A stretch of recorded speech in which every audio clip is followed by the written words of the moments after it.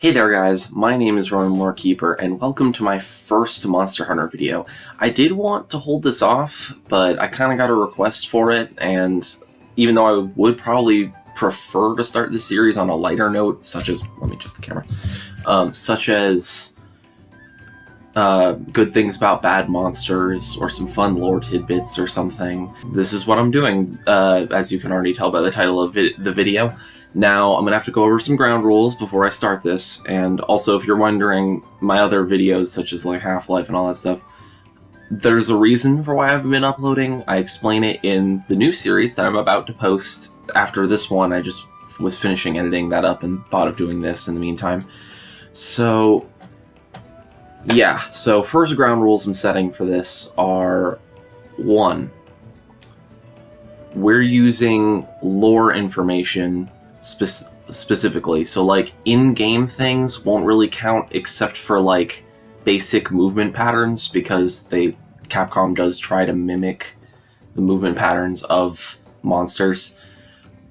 But turf wars not good examples, and in-game stuff doesn't reflect how a monster actually moves, like canonically speaking.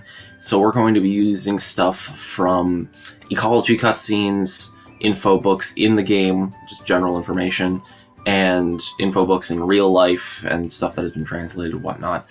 So, yeah, and also, we cannot do coincidences or extremely large ifs to a situation, like, of course, if the Great Jagras is incidentally by a cliff with a giant boulder and is able to push it off over an Anjanath's head, it will snap the Anjanath's neck. That we're not going by that kind of logic for all of these. So yeah, the reason I'm doing this video is because Nergigante is a cool Elder Dragon, and I do respect it as a general sense. It's just that the fan base kind of gets a little overzealous in terms of like how powerful they think it actually is. I know that all of the Elder Dragons in the New World not all of them are dying, but it is the general consensus that a fair amount of them are. But I mean, Kushala, I feel like, really exemplifies that. But anyway, without getting into obscurity, let's go into actual fact here. Let's start with an introduction of Nergigante. Nergigante, for people who don't know, and for people who just want a refresher course, Nergigante is a physical Elder Dragon, has no elements, fairly fast, pretty strong. As I mentioned, some other people, though, kind of average among, like, the monsters in terms of just, like, how generally strong it is, because you gotta think, average means top of the pyramid is, like, Dala and Gog, and then bottom of the pyramid would be, like, a Conchu. So, yes, it falls in the middle. Now, here's the thing. Nergigante is a fast predatory animal that specifically goes after beings with high amounts of bioenergy, and has some kind of motive to also balance the ecosystem in some way. At least the Ruiner variant does. And also, it uses that bioenergy to regrow its epidermal layer, and also the spikes that grow on top of it, and fortify them to defend itself from attacks, while also providing a noticeable offense. Now that that's out of the way, I don't really need to explain Ruiner that much. It just has like crystalline metallic spikes instead, and that's its main advantage. And as a quick note, I will be including Ruiner, but I will do it after the regular Nergigante for every example. I will also be skipping Black Dragons, because they are a tier on their own. Saying anything other than a Black Dragon could beat them would be ridiculous and goes against Capcom. Don't get angry at me for not including them. I'm just following Capcom's general rule of higher tier monster. But anyway, so I will pull up the list, because just so I don't forget, I will also be including Elder Dragon tier monsters in terms of like ones that aren't necessarily Elder Dragons but have reached a somewhat level. I will not be including Devil Joe and Rajang, but I will be including stuff like Shen Goren and Adalka, because they're at least, like, really high. So, I'll just remember to slot them into the right generation as I'm going down. I'm going to go from Gen 1 to Gen 5. No, I will not be doing spin-offs with the exception of Gen-U. 1 second. Okay, sorry about that. So anyway, starting off at Gen 1, of course, skipping Black Dragons. Kirin. This one's been interesting. Kirin canonically could beat Nergigante, and here's the reason. Its speed is utterly unmatched. Oh geez, not again. From what we know of its speed canonically, it is able to almost instant transmission from one place to another with little to no effort. So, it already outclasses Nergigante in terms of speed. It would be unlikely that he would ever land a hit. Also, forgotten rule for this, we're assuming that Nergi is coming to most of these other dragons, with the exceptions of the one that actually show up in world. We know that most of these are niched to like their own areas, and that Nergigante actively hunts. So we're assuming that he's coming to them for most of these, because that's the most logical explanation. So Kirin not only uses the element he is weakest to, but also outclasses him in speed and general attack power. And even though I do believe Nergigante could beat Rajang is the only reason... It's kind of a triangle, because Rajang is specifically adapted to beat Kirin, because he has speed not exactly Kirin's, but it's still incredibly fast, and he has, like, thunder nullifying properties. Meanwhile, Nergigante is more built for attacking things like head-on, like a Rajang, so he's perfectly adapted to fighting a Rajang. So it's a weird triangle, but Kirin's most likely never going to be hit, especially judging from the cutscene in 4 Ultimate and just general Kirin information that we know. And that's not including Orochi. Orochi is kind of a class of his own, but I'm not sure how Orochi would actually play into this. I'm not going to give a definitive answer on Orochi because there's only a few instances of it, and it's in 4 Ultimate, so that's the only one I think I'm going to leave out, like, out of the general ones, because it is a subspecies and all that. Now moving on to Lao Shen Lung. Lao Shen Lung is an interesting case, because in general, if we were just talking in-game stuff, which we're not, it would be an easy win, because he's large, but he's not incredibly large, and theoretically, also with Kirin for Runer would probably have more of a disadvantage, logically speaking, due to how his spikes work, and that he's a little bit slower. Now, but anyway, back to Lao Shen Lung. I'm sorry, I forgot to include Runer the first time. But Lao Shen Lung is fairly tough, if it lands a solid hit, it kind of wins due to size and just general strength. And this is where I think, okay, you're going to have to hear me out on this one. And I know it sounds a little bit ridiculous, but Lao Shen Lung would win. Purely because, lore-wise, Lao Shen Lung is actually a beast in combat, and is supposedly physically amazing in terms of how it fights, because it's able to take on large groups of hunters. Like, there's only been one instance of a Lao Shen Lung that has actively hunted people and, like, actually paid attention to them, and that is the Tale of 5. And in that, it took on a group of 5 hunters, beat them all, and killed one of them without breaking a sweat, apparently, and then they were just broken and defeated and all that stuff. And so theoretically, a Lao Shen Lung, and definitely an Ashton Lao Shen Lung, would beat Nergigante, because it would take notice and fight him to the death, and would probably win, because Nergigante is purely physical. If he had a single ranged attack would give Nergigante an advantage in so many of these fights, because he could just fly and rain down stuff, but he doesn't.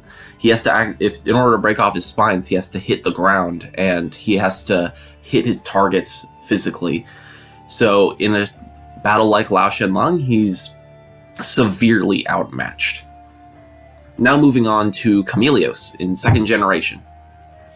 Chameleos, this has been argued before, because with certain Elder Dragon fights, but I think personally Chameleos would win.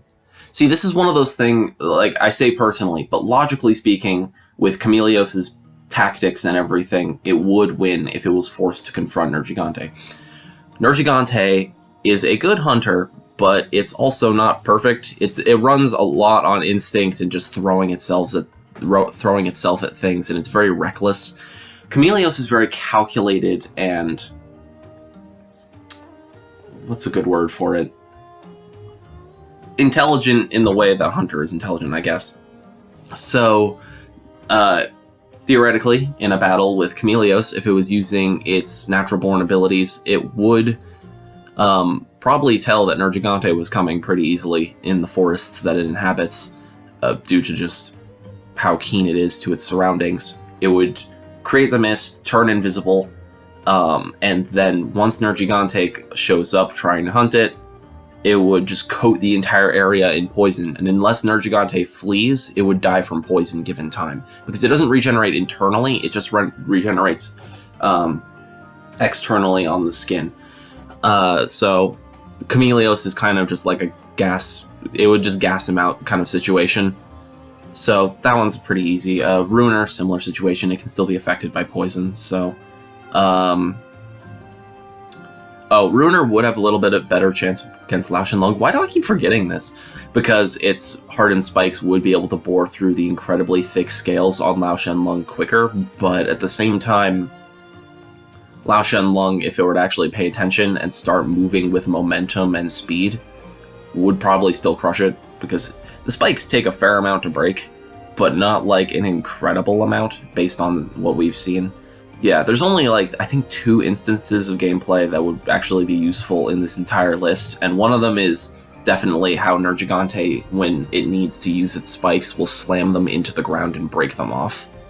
But, so it kind of shows you an example of how much is needed to break off the spikes. Kushala Daora, next. I'm not going to include Rusted, because I feel, well, Rusted just loses. I'm just going to say that, because if it loses its wind power, it's dead. But our normal Kushala Daora, its main advantage in the old world at least is the fact that its dragon wind is incredibly strong, and it appears to have like ridiculous amounts of weather manipulation, especially judging by the Monster Hunter Dose intro scene and some of the cutscenes we've seen beforehand. So, realistically speaking, if Kushala was taking full advantage of its abilities, Nergigante might not be able to hit it due to the wind barriers, because Nergigante is heavy, but it's also like an incredibly strong wind barrier, and it does have a wind beam, so like if Nergigante tried, for instance, it creates a tornado, and then Nergigante tries to tackle him directly, because Nergigante is somewhat intelligent, but again, it's a very reckless, heads-on monster. So, Kushala using its wind beam, Nergi would never really be able to get that close, because Kushala would always be able to blast it to the ground. The fact that it attacks it physically in the turf war in world either shows how old it is, or it shows Capcom's inability to do turf wars correctly, which people have talked about before. Everybody realizes that their turf wars are kind of lacking. So, yeah, Kushala, theoretically, if it just stayed in the air, like moderately high up, and used its ranged attacks, because it is an ice monster, it can just shoot ice crystals, even on non-snowy climates, by using, like, bullets. It's kind of weird. But, and also its wind beam, which can just smack Nergi directly, and if he tried to fly, that's where it would fall. And this will play into Amatsu later, but Kushala doesn't have, like, perfect wind control, he just creates barriers and shots, so theoretically, I'd give it still 30% energy if he can, like, barrel through the wind, but even then that's a bit difficult, because he still has to fly, which means that the wind itself would catch his wings, and he would just plummet into the ground, or be slammed away repeatedly until he eventually runs out of stamina, because Kushala can keep that up for a long time, as long as his horns and tail aren't broken or severed. So, I say Kushala would win for the most part in the old world, especially due to like how resilient it is, but in the new world, of course, it would lose. And I still give Nergi a 30% chance. Ruiner, while I want to give Ruiner the advantage for Kushala, because it would have a better time going through the wind, that would require it to fly up faster, and it is a bit heavier, meaning that it would have a much harder time getting up that high. So Rusted would probably, or not Rusted, just normal Kushala, would cause it to fall before it could get that high. Plus, it's much faster in the air, so it would just zoom up and be like, "Ha ha, you can't get me." And anyway, moving on to the pair of Lunastra and Teostra. Lunastra loses. It creates large blue novas, but it loses because it's not really a proper explosion. It's kind of just straight up fire, and it's like in the area, and sure, it's incredibly high heat, but Nergi has definitely shown incredible resistance to fire, and just like basic attacks like that in general. So Lunastra just out. Neck snapped, Ruiner especially. It only ran away during that other fight, even though I do think that was a good moment for Teostra and Lunastra in the arena where they chased it away. It was mainly probably because it just didn't want to deal with the whole number situation of 2-1, not because it couldn't do it probably if it took time. But Teostra, see, I don't like using ifs for this, like I said, but Teostra is I'm going to say Negigante wins 9 times out of 10, but with that one being Teostra doing a full nova point blank, because it would blast through the spines. Like, there's no way, like, sure, that is fire, but at the same time, it's also just a massive explosion. So, because it's mixed with blast as well, so Nergi would theoretically, in that situation, if it got hit point blank, everything would break, it would be slammed into the ground, a few bones would probably break up on top of it, and then Teostra would just dive in for the kill, and that would be it. So I'm still saying that Nergi wins 9 times out of 10, because it's unlikely that Teostra would be able to pull off the Nova before Nergi would kill it. Now, Yamasukami. This one's a bit weird, because if we're just talking like it is big and somewhat slow, but it's also very patient and generally intelligent. So Nergigante, if it was smart, it would fly overhead. It would like go really high above and then pounce on it from on top.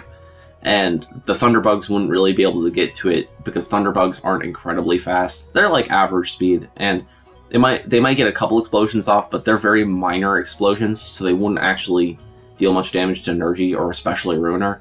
So if it thought it through and came from the top, then it wins against Yamasukami because it would just dig through it.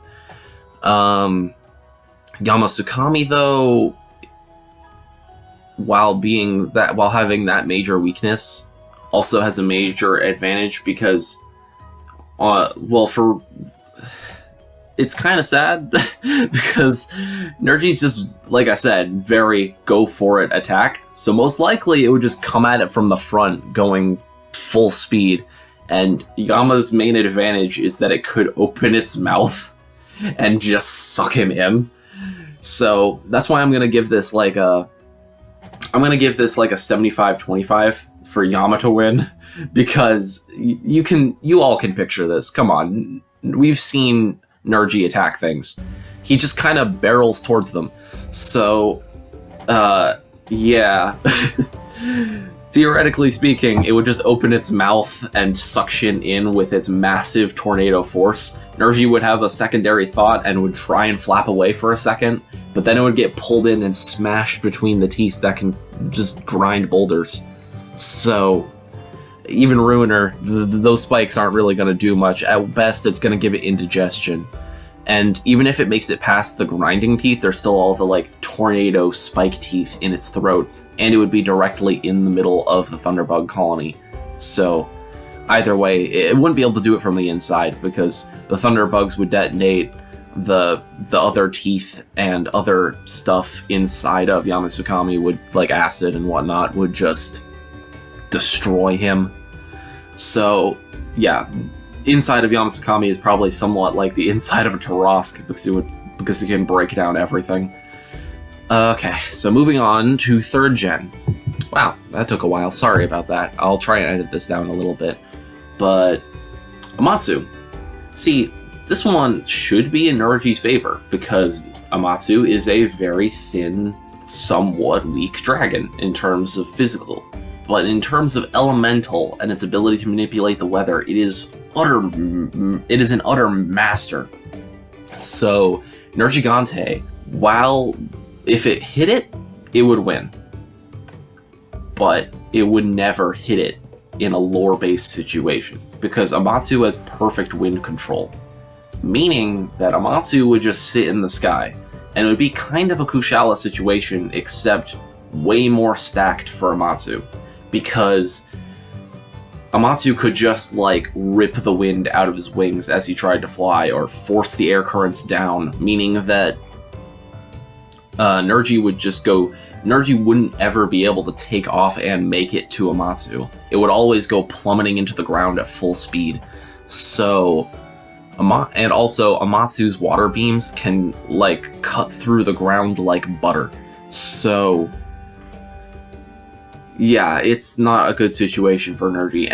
And even if, like, for instance, assuming he's coming to Amatsu and he was already in the air barreling at high speed, Amatsu's not fast, but it could just manipulate the wind and kind of swirl around the attack as it forces him to plummet, because he would come straight, but then Amatsu would just make him start going down at an angle before being able to plummet, and Amatsu would just swirl upward.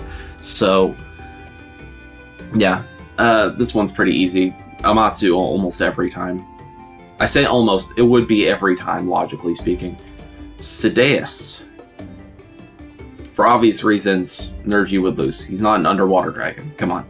And even if Sideus was on the surface and he was somehow able to attack Sideus, the water beam is gigantic. He would be like he would be shot out of the sky with the massive water beam, and then just spiral into the ocean, where he would then just be picked apart because he wouldn't be able to take off again. Genmoran, I don't know, still a size-based thing. Genmoran and Darin, I'll include them together. I know he's a 4th generation thing, but we're just about to get into him anyway. They don't appear to be direct carnivores. I forget whether, I think they just eat, like, the minerals and stuff under the sand after they sink, but I can't remember. There's some kind of filter feeder, I think. But generally speaking, they still have carnivorous teeth, so they would probably, like, I don't think Nergi could actively hurt them. Like, he would probably dive after them, they would notice him, they'd be slightly annoyed by the attacks, dive under, as they are shown to do, and then they would just, and then he would be confused, fly around for a second, and then just as he's, like, looking around, Gen would just pop up from underneath and just snap him out of the air. It would be a very much Jurassic Park, unrealistic Mosasaur situation. If you look up how big a Mosasaur is, that one's way too big. That's what I meant by that. Okay, 4th generation. Dalmander. I don't need to explain this one. Resistance to fire doesn't stop that kind of fire, and doesn't stop Dalmander's sheer size and physical power. It moves way too fast. Like, it's fast for its size, meaning that even though Nergi could, like, latch onto it and attack it, Dalmander is fast enough that he could just spin and, like, slam to the ground, writhe everywhere, bathe everything in fire, cause meteors to rain down, all that kind of stuff. So Dalmander and Shaw, just take it. No way. Gogmazios. No, I just call him Gog, or Gogmazios. But, so, I think Gog would win. I mean, he definitely outclasses him physically. He's like 10 times the size of Nergigante and Ruiner. Ruiner has a bit of a chance in terms of, like, breaking through his general hard tar-covered exterior and scales, but Gog can still, like, Gog is still covered in spines himself that are definitely, like, harder to break, and Gog can, like, Gog's just superheated. Like, sure, fire resistance, like I said, is something, but there's always a limit. And I think Gog's just overall size, and he would, like, pour the tar over Nergi. Nergi would get stuck and explode at the same time. Nakarkos, while I do love Nakarkos, and while I think Nakarkos would win if it hit him with a super beam, or some of, like, the more elemental-based attacks, Nergigante is fast enough that if Nakarkos was out of the water... Okay, underwater, in the ocean, Nakarkos wins. If we're talking about in Wyvern's End, I guess it depends on Nakarkos' strategy, but I don't think Nakarkos would win. I used to argue with people about Nakarkos winning battles, but now I've thought about it, and it's logical that Nakarkos would lose a fair amount of the time because of just, like, bulk, and, like, it's fast, but it's not incredibly fast, so Nakarkos would lose, especially against Ruiner.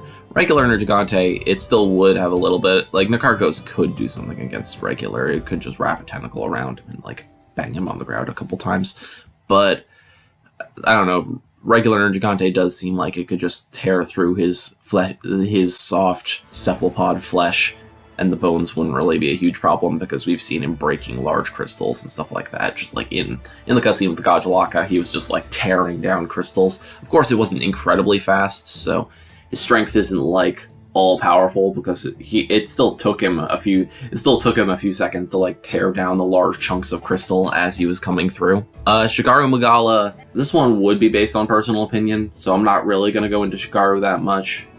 Shigaru, because we were talking about it on a Discord, me and the people who wanted this video. I guess it really depends on how strong you think Shigaru is, and I don't want to use gameplay for it because while I would like to use the gameplay, I still have to remain somewhat unbiased, so I'm going to say Shigaru, just for the sake of argument, Shigaru 50-50, because it does have really powerful explosions, especially like the G-Rank variation. Or just, I say variation, but I just mean like in general, in G-Rank, it tends to show that it can do nukes and stuff. So, the explosions give it a somewhat advantage. The explosions would be able to break through Nergigante's spikes, but also if Nergigante got a physical contest, it could probably kill it. That's why I'm giving it a 50-50. For some reason, Valstrax is counted as a 4th generation, though I guess 4.5. So, Valstrax, I guess that would really depend. If we're talking, like, physical contests, well, Valstrax is pretty sharp and fast, so... Because I don't have much stuff on Valstrax, I don't have any books related to him, and I don't have any, like, material other than cutscenes and in-game information, so... Yeah, so I think Valstrax could win. Like, especially if it started going super speed, or if it used its wings as, like, proper blades. Especially if it used its wings as proper blades. But, I don't know. It's very spindly around its, like, neck and legs, so I guess this one's another 50-50. Because it's very much on who strikes first. Because if Valstrax hits him first with a blade wing, or starts going super speed and just zips back and forth, slamming into him, then Nergi's dead. But if Nergi's able to hit him first and just grabs onto like the neck and legs, it's dead because it's fast, but it has to build up its speed first and it has to like launch itself. So Valstrax 50-50. Oh, I forgot Shen. That's something I forgot. Also, Ruiner would definitely have an advantage because it would just be bumped around from all... Well, actually, no, the impact would probably... You know, Ruiner actually probably is more of a disadvantage than regular Nergi. But, quickly back to Shen. Shen would lose. But I do... Like, I like Shen, and I feel like he could win a fair amount of fights with other things. But he has long, tall legs. Like, Nergi would just fly into them and knock them over, and he would fall over, and legs would snap, and crab meat would be eaten. So... Adalka, while I like Adalka, it would die. Like, Nergi can definitely break through the webbing, so Adalka's dead. Adalnesto is too slow. It would just rip through the metal chunks that are being held together by web, and everything would fall apart. 5th generation. You know what? Just because it's here on the wiki, I'll include Behemoth. Behemoth wins, for obvious reasons. Kultoroth. Oh, jeez, what is wrong with my voice? Kultoroth. I think Kultoroth would win, because, logically speaking, it has fire breath that can melt gold, and just, like, general size on its side. Like, if because Nergi would start tearing through its gold cloak, and then that would actually just give it an advantage because it would just be faster, and then Nergi would already be close, so it would just start using massive fire melty breath, and Nergi would die. Ruiner would be at even more disadvantage because the spikes probably could melt and cause even more damage. So Kolv wins that one. Namiel, I haven't thought about this one. I'll give it to Nergi because water is strong, but not that strong. It's not like, because like it uses powerful water attacks, but it's not like a Matsu or Sadeas level of water. So yeah, Namiel would probably lose. Namiel's not incredibly fast either. Nergi's definitely outclassing it in speed. Even Ruiner outclasses it in speed. So, and Namiel is somewhat fleshy, so Nergi would just like break it open. Sharish Valda would win, especially if it's Rock Cloak, because again, Nergi only has physical things on its side, and it's very obvious that we were the reason that Shara lost. It was very weak, so. And most people say, well, Nergi was weak too. Well, to be fair, it had a lot more time to recover after the battle, and apparently based on the time between us killing it and the next battle beginning, we probably definitely half-assed the whole make sure it's dead thing, because carving doesn't necessarily mean canonically that's what we have done, because for Ultimate Gore Magala. Valhazak. I don't think Effluvium affects Elder Dragons. Doesn't? If it does affect Elder Dragons, then Nergi might lose like 30% of the time, but generally speaking, I'm assuming that it doesn't. So Valhazak and Black Veil, they're, like I said, they're very spindly. Physically, that Nergigante outclasses them. Velkhana, Capcom was really stupid with their turf war with Velkhana, because while I do like that Velkhana ties with Nergigante, because it's off and on whether Nergi deals damage or Velkhana deals damage, because sometimes Nergi will beat Velkhana and sometimes Velkhana will beat Nergigante. But, I guess Nergi would beat it because the ice isn't that strong. Nergi would just break through it, and it probably wouldn't stop him that much. It's not... Velkhana uses ice somewhat poorly. It's like... Oroshi's ice is technically the strongest ice in the series, because he actually properly uses it as spikes and, like, traps and all that kind of stuff, and a field of ice fog to, like, slow down things. Velkhana's kind of just, like, build walls, hit things with, like, little crystals that are in its breath and all that kind of stuff. So, Velkhana would lose. Xeno'jiiva wins. No big surprise. Safi'jiiva... Well, Xeno'jiiva actually might be clumsy enough because it's still a baby, so I would say Nergi has like a 50 to 75% chance of winning. I know I just doubled back on that, but Ruiner definitely would win. Basic would have an advantage because it's definitely way faster and could just come in on the neck and start tearing through its baby flesh. Safi'jiiva just wins. Like, lasers are way stronger, hide is way tougher, regenerative ability is pretty high, attacks are incredibly strong. Not incredible, like, it would never be able to pull off the Star of the Emperor, though. Like, most people assume with these battles that, like, with Safi'jiiva, that it would be able to pull off Star of the Emperor, but you have to remember that still takes time. Even though it's, like, game mechanic, it's still, like, realistically speaking, because it's a gas bomb, so, because it puts all that stuff in the area and then sets it off, so it still requires some of that to be used. So it would still win, just not with the Star of the Emperor.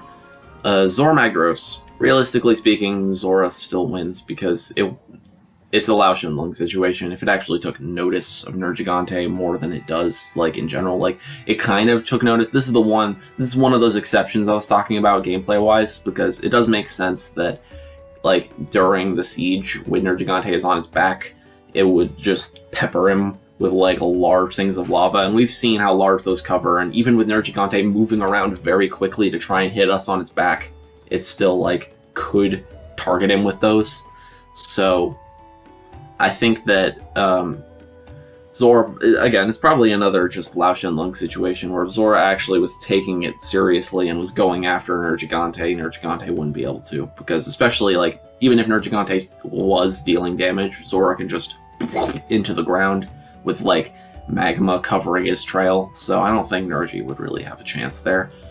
But because Zora always has the chance to survive and just pop up again with more lava bursts and all that stuff. So I think that does it, because Frontier is, I'm not going to go into Frontier or any other spin-offs. So I hope that was adequate for you. So yeah, if you have any disagreements or just like notes or anything, please calmly talk about it in the comments. I'm not here to fight.